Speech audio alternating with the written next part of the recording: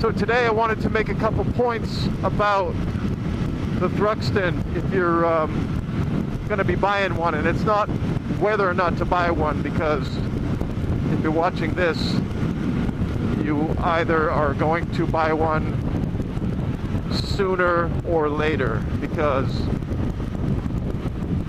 there's no reason not to. It's a fabulous bike, and it's got everything that you'd want in It's got a cop motor, a 440 cubic inch plant. It's got cop tires, cop suspension, cop shocks.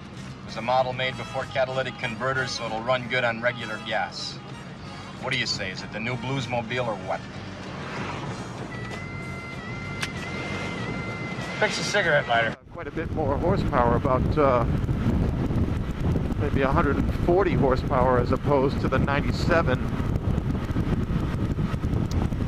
here with the Thruxton.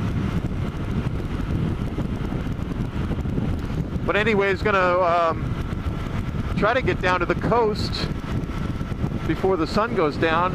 There's the sun over there trying to go down. And just a couple of points I realized after purchasing or during the purchasing process about the bike. So just a couple points to consider while you're purchasing, not a deal breaker by any means. So let's get down to the coast.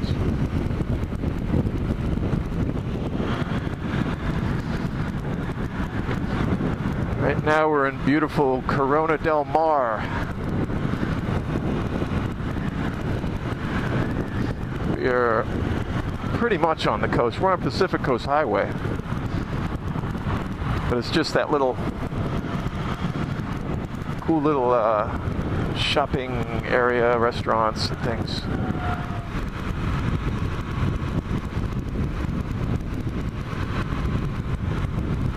So just going to talk about a couple things to consider buying a Triumph Thruxton. The first thing you would consider, obviously, and I went through this on a video the other night, is whether or not to buy the R or the Standard. Obviously, if you're a track person, you would you'd consider the R. It would be, not even a choice. And you get about it's $2,000 price difference, but you get a lot more than that in Brembo brakes and Öhlins suspension and Showa front end suspension, rear shocks on the Öhlins, and a couple other things. So, and this is the R.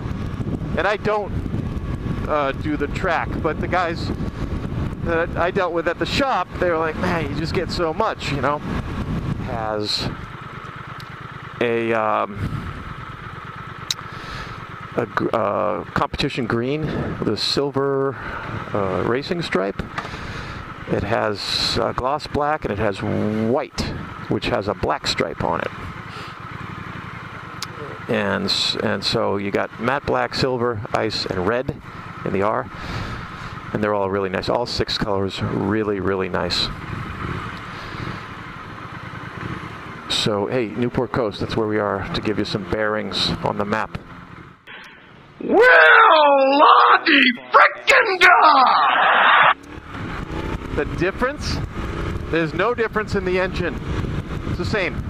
You do get the Pirelli tires on the R, and you get the GTs on the Standard, and so that's really the first point, is which one to buy. And I'm saying, because a lot of dealerships are willing to throw in the front fairing, which is $1,000 piece. If you're going to do the fairing, this is what I said on the video the other night, you should get the Standard. If you're not on the track, unless you just don't care and get money to throw away. So there's one point.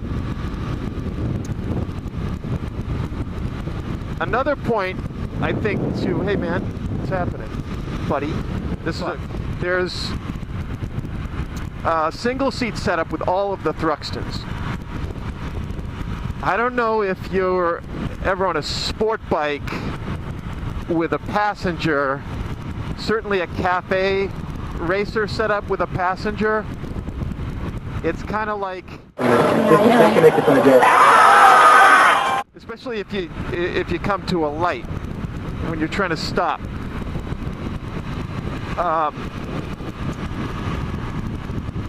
The weight comes onto you, and then you're on your wrist, and yeah, you know, you get the picture. So if you're gonna buy pegs, for $130 from Triumph, if you're going to buy, and Triumph very smart doing this, accessorize, make it your own. Well,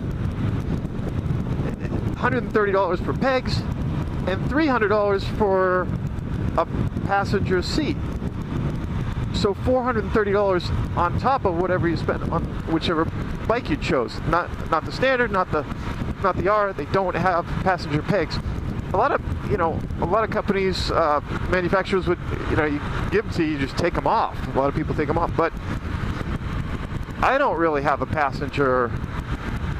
But if you ever wanted to take one, again, it's not that funny. So there's that. As we get into Laguna Beach, California, I'll give you another point. If you're in the United States, that cool LED light that comes on the Thruxton that you see in the UK, you don't get to have that here. I bought the bike, I didn't even notice. I was like, where's that? Hey, where's that button for that cool? No, you don't get that. Oh, thanks. So that's okay. Safety first. Another point is these clip-ons has it's come up a couple times. So these are the clip-ons, but they're not as low as they were before with the old models, and I'm talking like the 2008 that I had. Let me sneak through here. They're not as low as those, but they do have a lowering kit. It actually comes with the fairing. So very important point, you don't have to lower these to put the fairing on. In fact, they clear just fine. I actually lowered them and then put them back because it's a huge difference in comfort. There you go, Laguna Beach, California at dusk, and it's looking good. People playing volleyball. Look at me, just being a weasel. Look at it. The PCH weasel. Anyways, there's that. There's a passenger setup. How fun.